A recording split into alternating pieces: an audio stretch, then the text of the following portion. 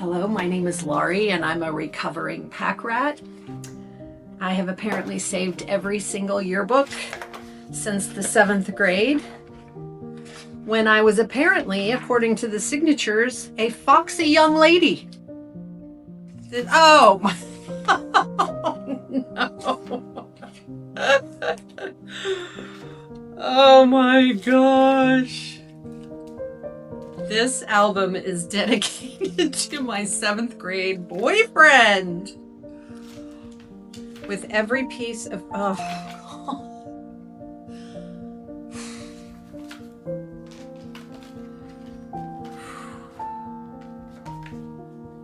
gonna need a minute.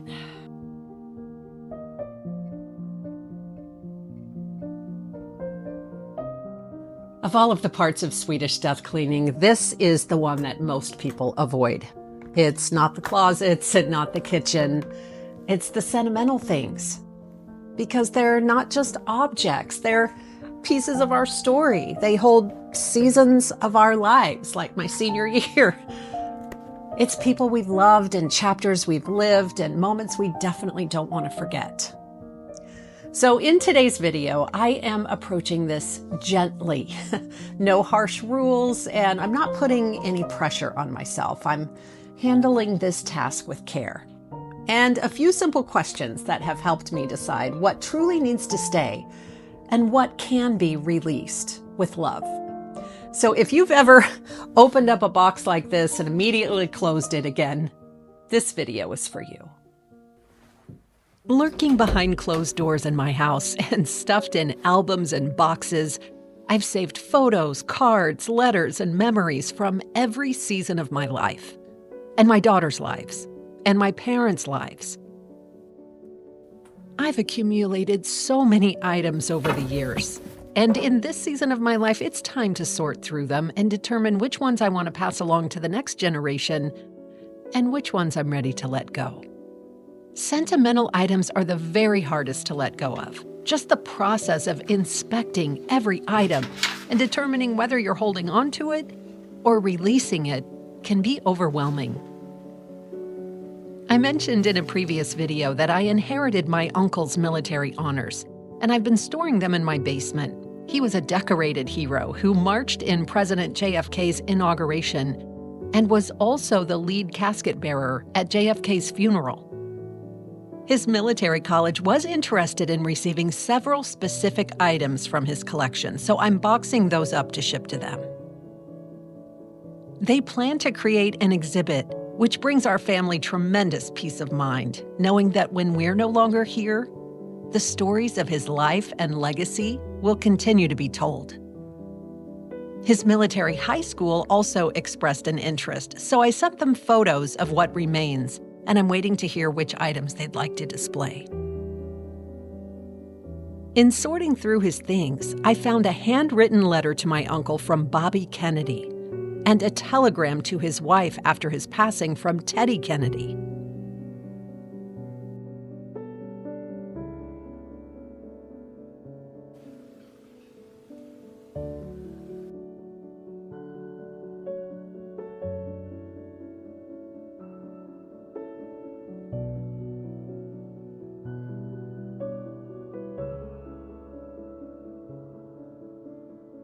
I am wiped out, and we just started. But here's my buddy. Hi, Fleetwood. Hi. Can you sit down? Can you sit down while we go through this drawer? Gonna be some surprises in here. Okay, so this is a drawer that has been in my armoire. That I think I tuck things in there that I know I want to keep long term, but I have absolutely no idea what's in here. I bet I haven't opened this drawer in 5 or more years. So I have some tubs set out here. One will be trash, donate, and then depending on what it is, I'm keeping a tub for each of my daughters. So, you know, if it was like their baby clothes or something, I'll put it in their tub. And the next time they come over, I'll see if they want any of these things. And if not, then we'll toss them. But let's get started with this very heavy drawer. Like this. I have no idea why this was in the drawer because obviously I haven't opened it in 5 or more years. I don't even remember where I got this or what my intended purpose was for it. So I don't have a maybe pile, so I'll just put this in the maybe pile while I think about it while I look at all of these other things. And I think I said one of these is trash. Trash. This is an antique. It's a wired mouse. Trash. Oh, this is a dental bill from 2020. So it's paid, thankfully. But why? Why? Oh my gosh. I mean, I bet you I won't keep anything in here. But I still have to go through it and see what it is. My goodness gracious. Yeah, I think a lot of this stuff was from the pandemic. Oh my gosh. This is insane. Like, why?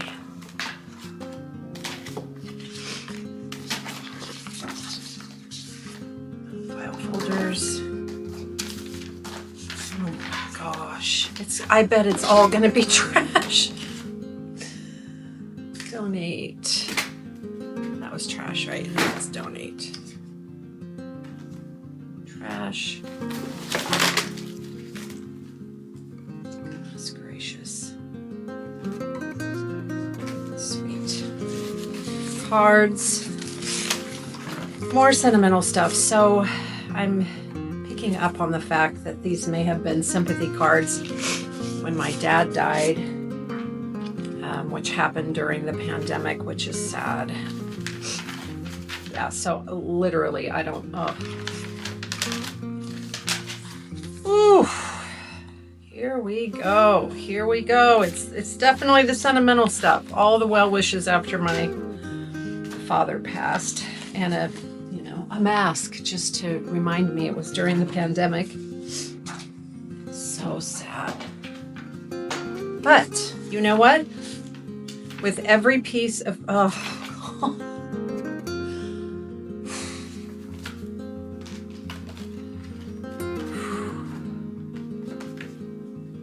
I'm gonna need a minute. This is usually the moment when emotion rises and decision-making stops. But I've realized something important. The goal is not to decide quickly.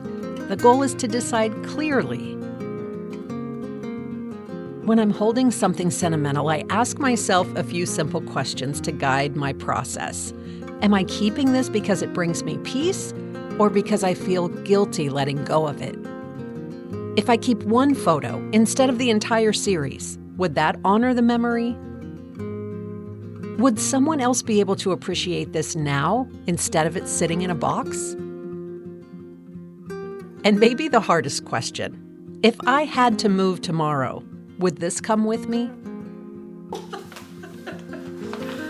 Oh my gosh, this is so hard. What I've learned throughout this process of Swedish Death Cleaning is that the memories don't live in the object. They live in us. Sometimes keeping one photograph, one letter, or one small piece carries the meaning just as deeply without carrying all of the weight. So instead of asking, how can I keep everything, I've started asking, what is enough? And enough feels lighter. Here are some of the ways that I choose to honor the past in my home. For example, my favorite memory from high school was performing in Godspell, which we dressed up like clowns. Instead of keeping every photo and memory from that experience, I kept one painted canvas that I keep in my most personal space, my closet. And it's also in my closet that I keep a couple of pictures of my daughters from their very early years. In our laundry room, of all places, we honor our origin story. We have framed photos of our parents when they were together and later in life when they married new life partners. And I rotate historic photos of my parents and grandparents as part of our home decor. And instead of keeping all 40 of my grandmother's teacups and saucers, I just kept one, and sometimes I'll set it out as seasonal decor. We've started digitizing the photos that we want to preserve, and we have them in a digital frame. Letting go of sentimental items isn't about erasing the past. It's about choosing what carries forward with intention. I suppose we don't really honor our lives by holding on to everything, but instead by recognizing what truly matters. For me, the process has been less about loss and more about clarity. So I'm keeping what feels meaningful, and I'm releasing what feels heavy, trusting that the memories remain even when the objects don't. If this part of Swedish Death Cleaning feels tender for you, move slowly. There's no deadline, only thoughtful decisions. This is not a task I was able to accomplish in a single week, but I have definitely made a dent, and I'll continue to pace myself so I don't rush any decisions. I want to express my gratitude to those of you who have recently found the channel, and to those of you who have been here since the beginning. In the past couple of weeks, our little corner of YouTube has attracted a lot of new subscribers, and I am getting close to a subscriber milestone. So if you haven't yet subscribed and you're interested in content like this, I do invite you to subscribe and to continue on this journey with us. Thanks to all of you too who have liked my videos and who've left comments. I definitely try to answer each one of those. I appreciate you so much. You are giving me the energy I need to continue to push forward. I hope you have a great week, and I'll see you in the next one.